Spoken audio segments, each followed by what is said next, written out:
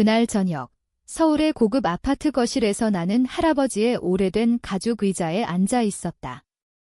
창밖으로 불빛이 번쩍이는 도시 풍경이 보이지만 내 마음은 이미 차가운 겨울 바람처럼 스산했다.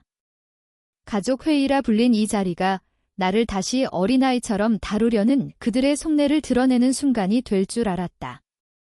지은아, 차 더 마실래? 어머니가 밝은 목소리로 물었지만 그 미소 뒤에 숨긴 긴장감이 느껴졌다. 나는 크림색 양모 드레스를 고쳐 입으며 고개를 저었다. 이 옷은 오늘 아침에 고른 거였다.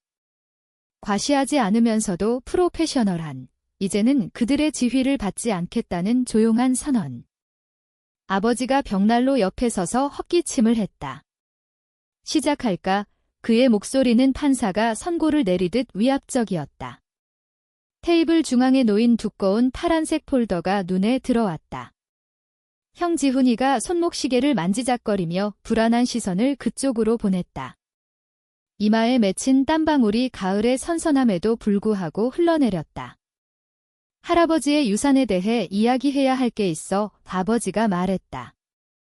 유산이라는 단어가 공기 중에 무겁게 내려앉았다. 할아버지가 돌아가신 지 3개월, 이제야 이 이야기를 꺼내는 게 수상했다. 어머니가 소파 끝에 앉아 손을 모았다. 가족은 항상 최우선이야, 지은아. 이런 때일수록 단합이 중요하지. 그녀의 목소리는 자선 행사 연설처럼 연습된 톤이었다. 그런데 그녀의 손목에 새로 낀 다이아몬드 팔찌가 반짝였다. 재정난이라던 시기에 어울리지 않는 사치. 문제가 생겼어. 지훈이가 갑자기 끼어들었다. 목소리가 갈라졌다.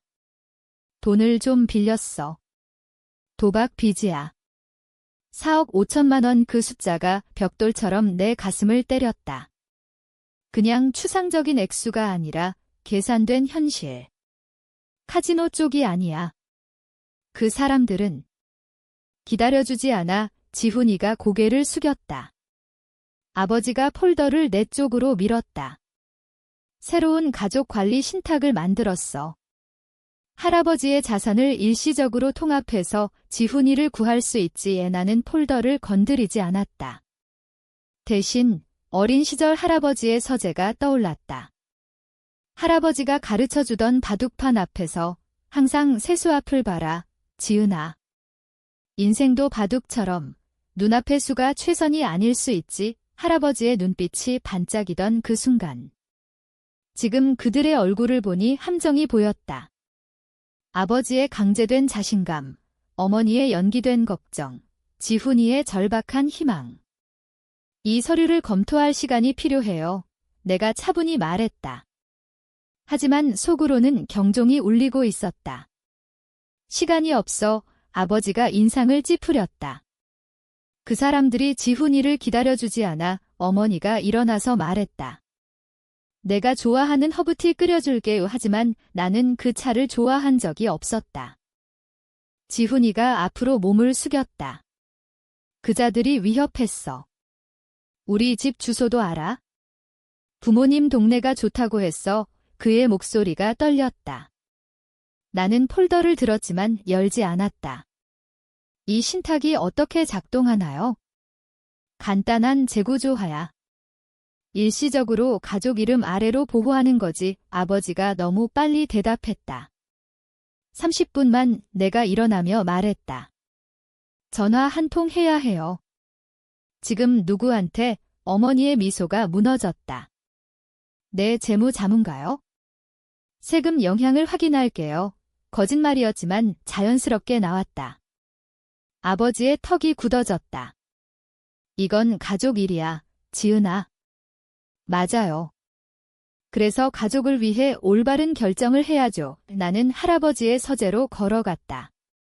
등 뒤에서 그들의 시선이 느껴졌다.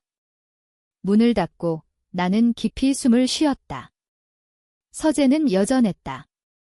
가죽 책장, 오래된 파이프 냄새. 책상 가장자리를 손가락으로 쓰다듬었다. 핸드폰을 꺼내 수진에게 문자를 보냈다.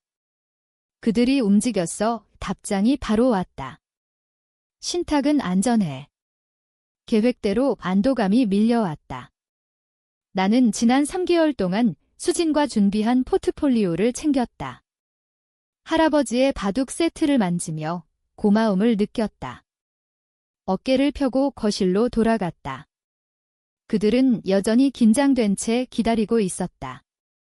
그들이 이 매복을 예상치 못한 채 내가 이미 세수 앞서 있다는 걸 모르고. 3개월 전 할아버지의 장례식 날이었다. 서울 근교의 집정원에서 검은 드레스를 입고 서 있었다. 목이 조이는 듯 했지만 참아야 했다. 창문 너머로 지훈이가 할아버지의 골동 책상 앞에 웅크린 채 무언가를 주머니에 넣는 게 보였다. 슬픔이 아니라 계산된 움직임. 나는 먼 친척들의 위로를 뿌리치고 집 안으로 들어갔다. 부엌에서 목소리가 새어나왔다. 제주도 별장 접근은 쉽겠지? 할아버지는 기록을 완벽히 남기셨으니까. 아버지의 목소리. 어머니가 속삭였다. 오늘은 안 돼요. 사람들이 들을 수 있어? 3주 안에 움직여야 해. 아직 유산 정리가 예상되니까. 그 별장 하나로 빚 대부분 갚을 수 있지. 나는 계단 난간에 손을 올린 채 얼어붙었다. 상실의 슬픔이 아니라 이득의 계산. 할아버지의 유체가 아직 차가운데. 핸드폰이 진동했다. 직장 동료의 조문 문자. 화면을 보며 할아버지의 마지막 말이 떠올랐다. 병실에서 내 손을 잡고 중요한 걸 지켜라, 지은아. 모든 사람이 가치를 아는 건 아니야. 그땐 할아버지의 골동 품식의 컬렉션을 말하는 줄 알았다. 이제 깨달았다. 할아버지는 알았어. 늘 알았던 거야? 이틀 후 서울 도심의 작은 카페에서 수진을 만났다. 그녀의 검은 슈트와 직설적인 눈빛은 부모님 변호사들의 허세와 달랐다. 가족이 할아버지의 유산을 빨리 현금화하려 할 거라고 의심해 그녀가 펜을 두드리며 물었다. 의심이 아니야. 아라의 핸드폰을 내밀어 부모님 대화를 녹음한 걸 들려주었다. 수진의 눈썹이 살짝 올라갔지만 표정은 변함없었다. 이런 경우 많아. 상속을 권리로 보는 자식들. 지금 움직여야 해. 일주일 만에 김민호 유산 신탁을 만들었다. 수진의 사무실에서 서류에 사인했다.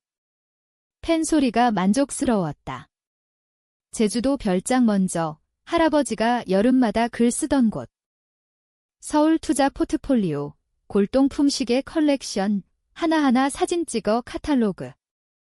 1898년 워덤 시계. 특별보호 필요해. 할아버지의 가장 소중한 유품, 4대째 내려온 금 케이스. 안쪽에 새긴 시간은 진실을 드러낸다. 하지만 은행 금고에 가본이 비어 있었다. 지훈이가 훔친 게 틀림없었다. 그날 저녁, 할아버지의 수리 일지를 발견했다. 지훈이가 놓친 서랍에서 서울의 전당포 27곳, 23곳을 돌다 찾았다. 종로의 오래된 가게, 먼지와 절박함의 냄새. 1898년 포켓워치 찾고 있어요. 주인이 의심스럽게 보다가 뒷방에서 가져왔다.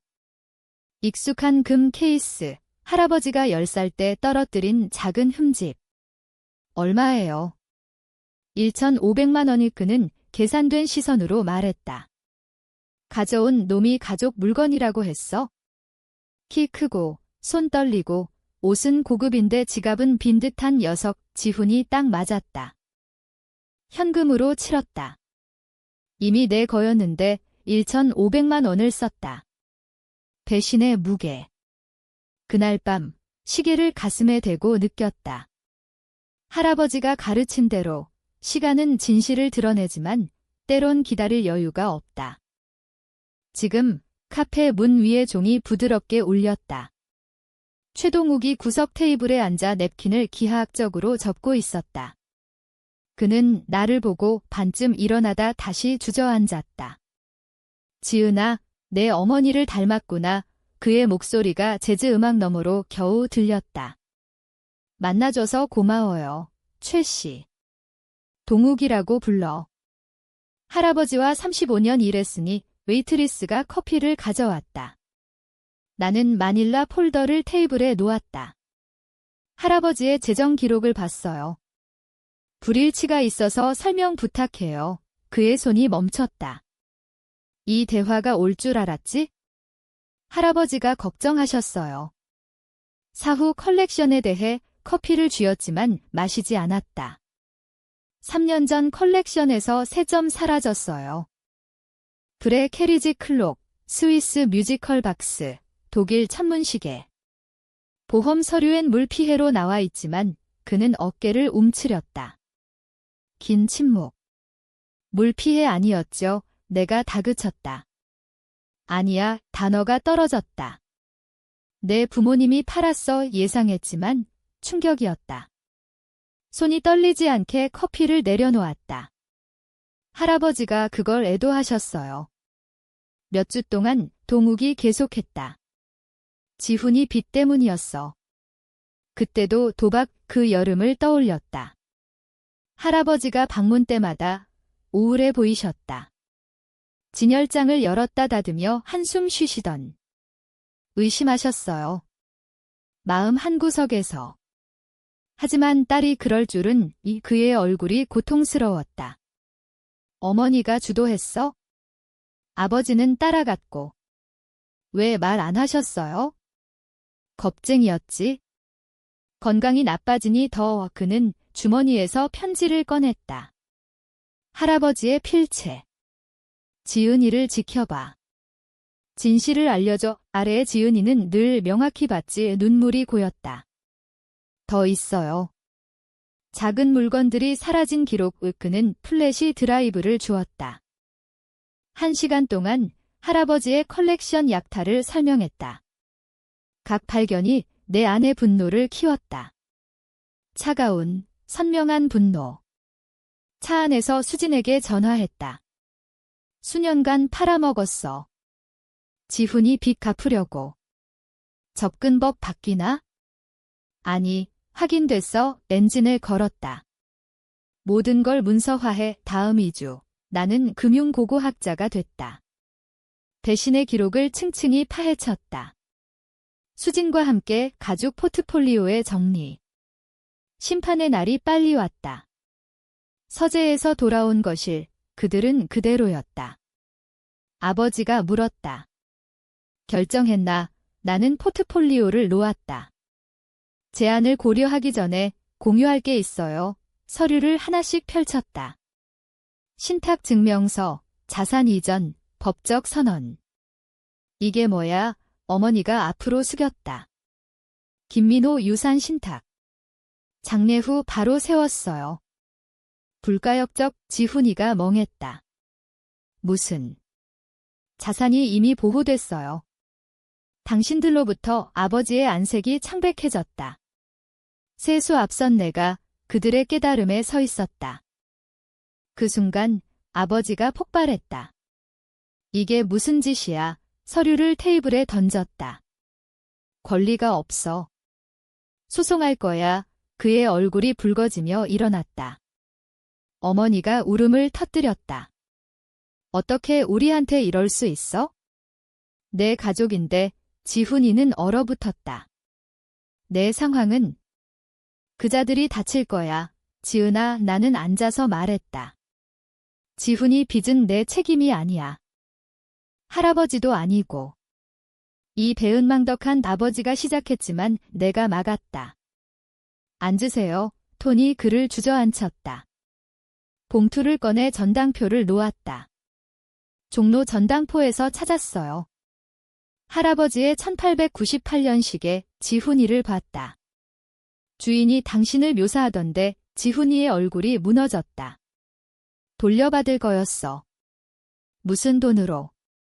지금 빚 갚는 돈으로. 고개를 저었다. 1,500만 원 주고 샀어요. 어머니가 울음을 멈췄다. 지훈아, 그랬어. 그의 죄책감이 답이었다. 또 서류를 꺼냈다. 최동욱 씨와 이야기했어요. 아버지가 움찔했다. 컬렉션 물피해. 3년 전 거짓말이었죠. 9천만 원에 팔았어요. 거짓말, 아버지가 외쳤지만 눈이 실토했다. 동욱 씨가 기록했어요. 송금, 철회, 지훈이 빛과 맞아떨어져. 우릴 감시했어. 어머니의 목소리가 날카로웠다. 진실을 드러냈어요. 앞으로 숙였다. 모든 거짓, 도둑질 알아요. 아버지가 제어하려 했다. 소송할 거야. 하세요. 발견 과정이 재미있겠네요. 금융사기, 노인 착취, 탈세. 공개 기록이 될 테니 위협이 적중했다. 아버지가 입을 다물었다. 어머니가 목을 잡았다. 안 할 거지? 죽어가는 사람 훔친 건 내가 아니에요. 지훈이가 움찔했다. 일어나 포트폴리오를 챙겼다. 방이 작아 보였다. 거짓의 폐허. 할아버지는 더 나아야 했어요. 믿으셨어요. 문으로 걸었다. 발소리가 메아리쳤다. 아무도 움직이지 않았다. 문을 닫으며 유산의 무게를 느꼈다. 돈이 아니라 진실과 원칙.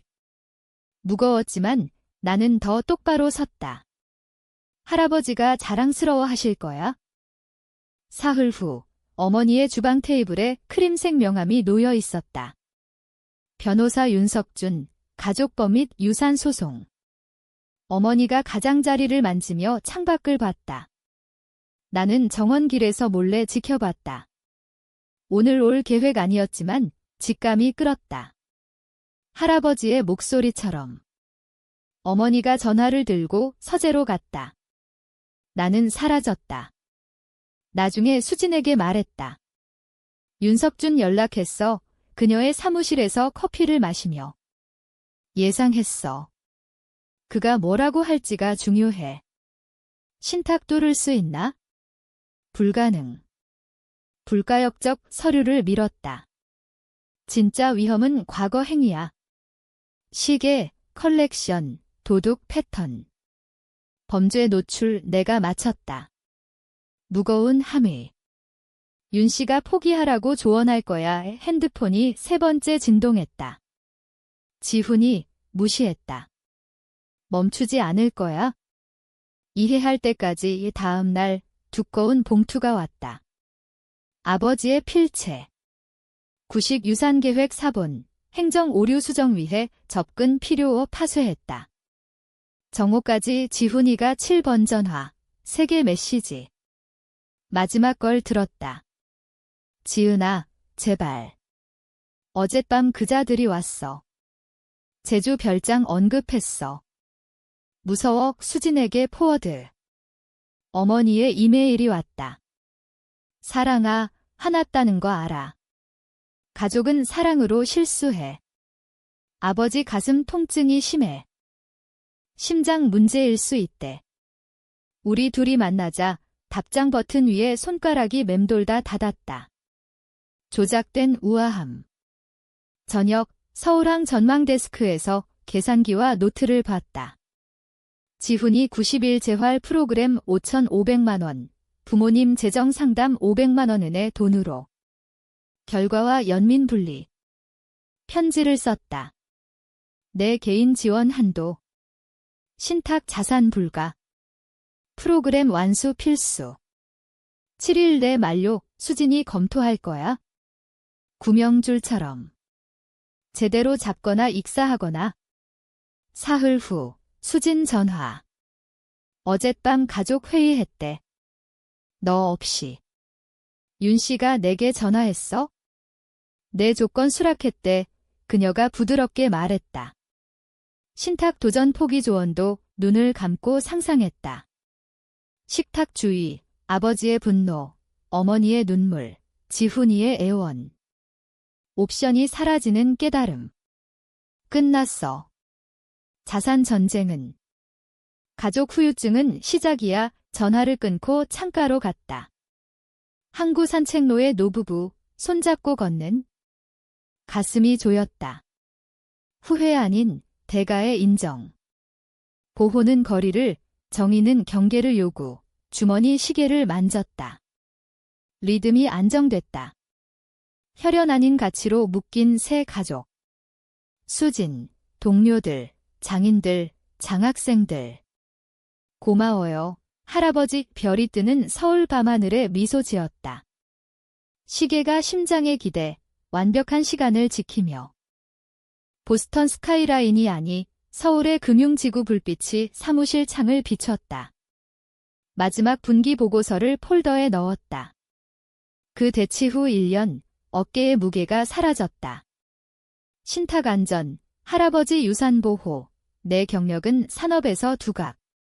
김지은 씨, 김민호 유산 그랜트 위원회 온라인 됐어요. 비서가 말했다. 미소 지으며 전화 받았다. 젊은 시계 장인과 보건 전문가 지원 프로그램, 할아버지를 기리는 최고 업적. 위원회 통화 짧지만 만족. 올해 6명 새 견습생, 제주 출신 젊은 여성 포함, 20대 내 모습처럼. 수진 문자. 지훈이 마지막 상담 끝, 진짜 진전. 여전히 금죽, 조심스런 희망이 솟았다. 재활 힘들었지만 호텔 라이트 매니저 일은 정직하고 구조적. 예상 이상. 기차로 제주 가는 길, 봄이 일찍와 녹색과 노랑으로 물들었다. 별장 도착, 관리인 트럭 없어. 홀로 좋았다. 흰색 외벽 빛나, 현관 그네 복원. 난간 만지며 할아버지가 10살 때 가르친 대로 샌딩 기억. 안, 익숙하고 새로움. 컬렉션 유리 뒤 빛나, 라벨링 완벽. 더 이상 팔리지 않아. 주말 투어로 아이들과 수집가 초대, 할아버지 바람대로. 서재, 이제 독서실. 주머니에서 1898년 시계 꺼냈다. 햇빛 받는 금 케이스, 완벽 시간. 전당포에서 찾던 아픔 떠올라. 저녁 현관 그네에 앉아 시계를 쥐었다. 들판 너머 산맥에 해지는 호박과 장미 하늘. 사슴 가족 숲에서 나오 할아버지와 토마토 심던 초원 건너. 가치는 물건에 있지 않아 속삭였다. 중요한 걸 아는데 무결성, 굽히기 쉬운 데서 서기. 홀로 서도 옳은 걸 지키는 용기. 유산은 재산 아니 내 안의 도덕 나침반. 시계처럼 안정.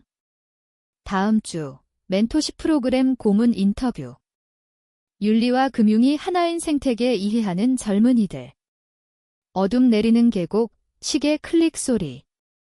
새 가족 혈연 아닌 가치? 수진, 친구된 동료, 이곳 지키는 장인, 이름으로 장학금 받는 학생. 감사해요. 할아버지. 미소 지으며 제주 언덕 위 찻별 봤다. 포켓 워치 가슴에 완벽 지키며.